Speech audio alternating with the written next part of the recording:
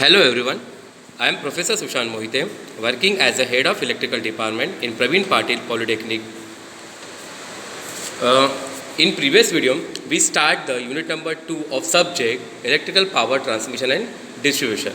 The title of the unit number 2 is transmission line parameters and performance. In this unit, we learn the parameters, the line parameters concept of R, L and C of line parameters. Then we learn the classification of transmission line, in that the short transmission line, medium transmission line, long transmission line. Then we learn the performance of short transmission line. Okay. Now we start the next concept, that is the performance of the medium transmission line. Okay. Here the diagram shows the equivalent circuit of the nominal T network. This is the type of medium transmission line. Okay. In medium transmission line, there are three methods. The first is a nominal T method, the second one is a nominal pi method, and the last one is a N condenser method. By using this line, we calculate the efficiency of the transmission line. Okay.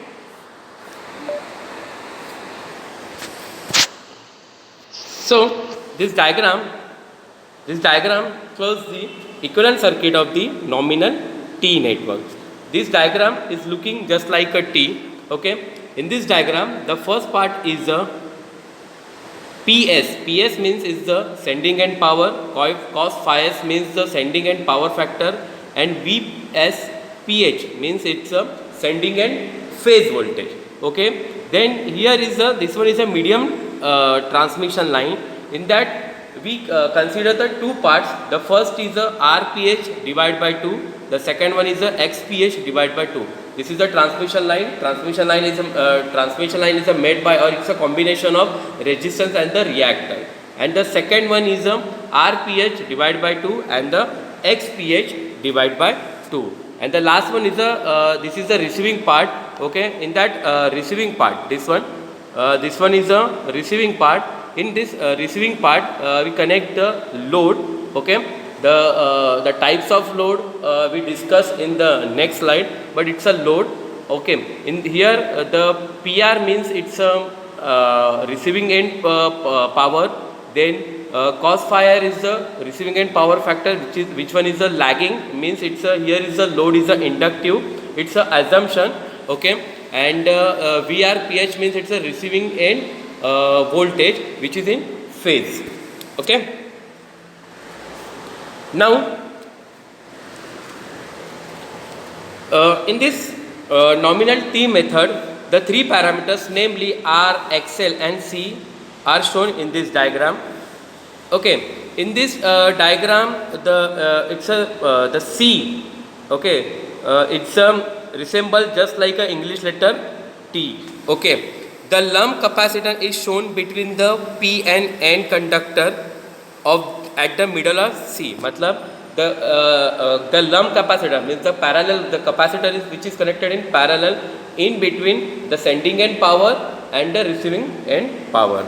On both sides, the other parameters R and XL are shown half on left portion and half at the right portion, which is equally divided.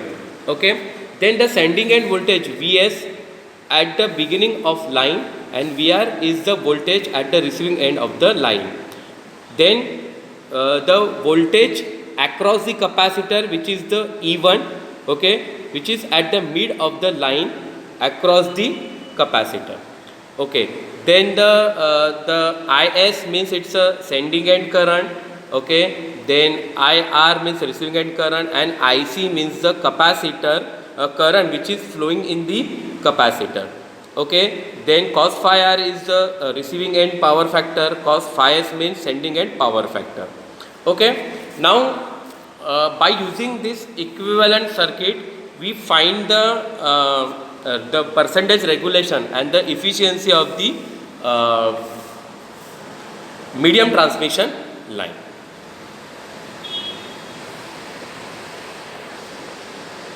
Okay. For finding this regulation and efficiency, first we understand or we draw the vector diagram of the nominal T network by using the equivalent diagram. Okay. So in this diagram, first you take the reference as the voltage. At the time of vector diagram, you understand whenever we drawing or whenever we draw the vector or phasor diagram. Okay, at that time we consider the load side. Okay, means load side voltage, load side current. Okay, then the load side power factor. So we consider the VR, which is our reference voltage. Okay, then the next is here we consider the load is inductive. So when the reference voltage is a reference, the current is in lagging condition. So current which is in lagging. Okay, then which is the what IRPH divided by 2. Then means this one. Okay, this one. Then next is this current which is flowing in this one. This current means your load is connected to the second portion of the medium transmission line, means this one. Okay, so which is the IR. Okay, this is the receiving end current. The current which is flowing in resistor, this one is the IRPH. Okay, divided by 2. Then current flowing in the inductor, which one is a IXPH divided by 2. So we consider the current which is flowing in this direction. Okay, so the reference is a voltage. Then next is the next one is the what, the current flowing in the IRPH, which one is it's what which is in the phasing condition, so it's a downward direction. Okay, then then next is it's an inductor, which is inductor. It's a pure inductor. You already learn the when the at the time of series RL circuit, when the voltage is a reference, then the current which is in leading condition.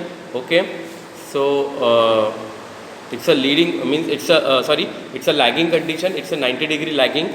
Okay, so here is also, okay, this one is the current which is in phase. Okay, then this is the 90-degree lagging. Okay, this one, when the one part is completed, and then it's what, the VR plus IRPH divided by 2, and then XPH divided by 2, and then it's a addition of VR, it's a vector addition of VR plus IRPH divided by 2 plus IXPH divided by 2 is equal to this one, it's a E. Okay, okay, this one means one part is a complete. Now is the second part. Once again same condition, the current which is flowing in the sending end current which is flowing in the it's a RPH, this one. Okay, then next is a flowing in this direction.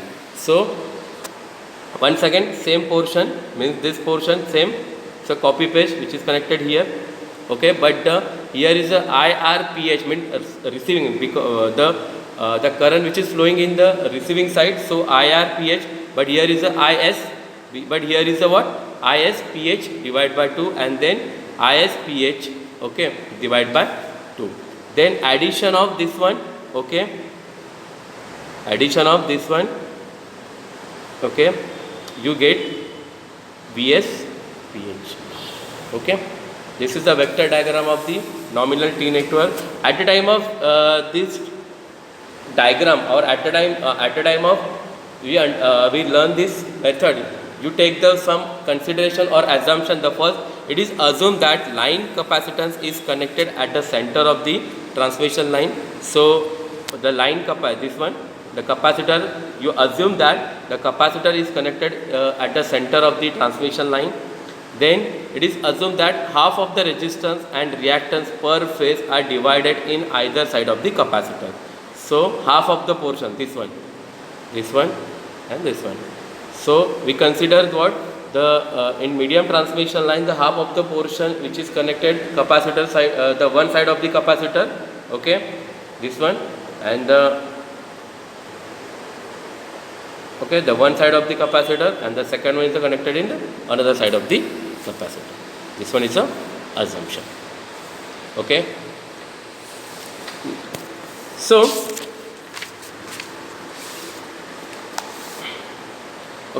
this is so in exam every time they ask the for 4 marks or 2 marks, draw the equivalent diagram of the nominal T network and the vector diagram of the nominal T network. Okay, and also write down the assumptions of the nominal T network. The next is a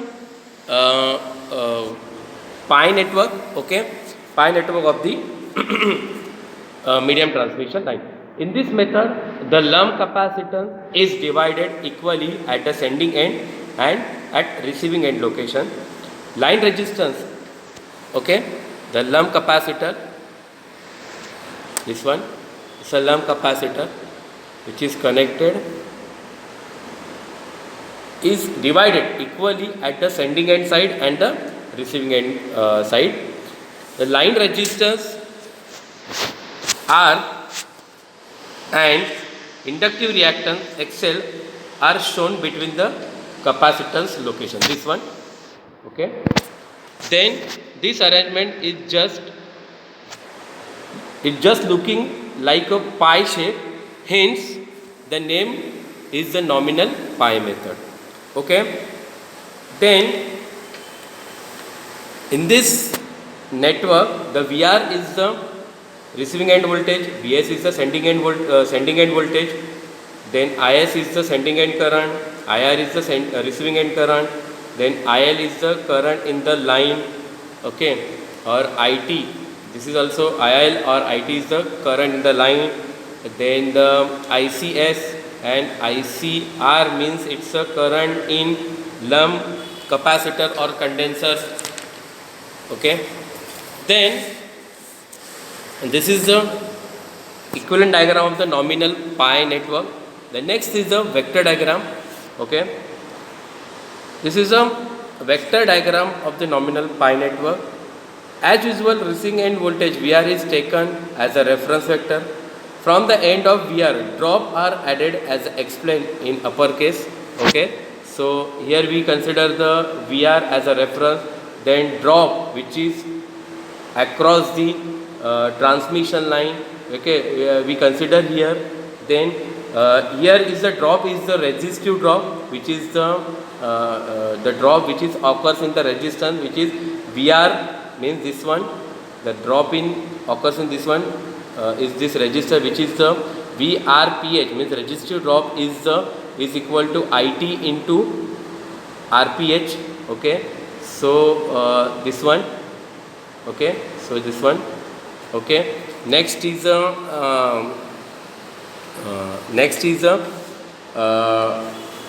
and the drop which is occurs in the inductor, this one in this diagram, okay, this one, which is the Vx, and the voltage drop across the inductor, which is equal to IT into XPH. So here is this one, okay, this one.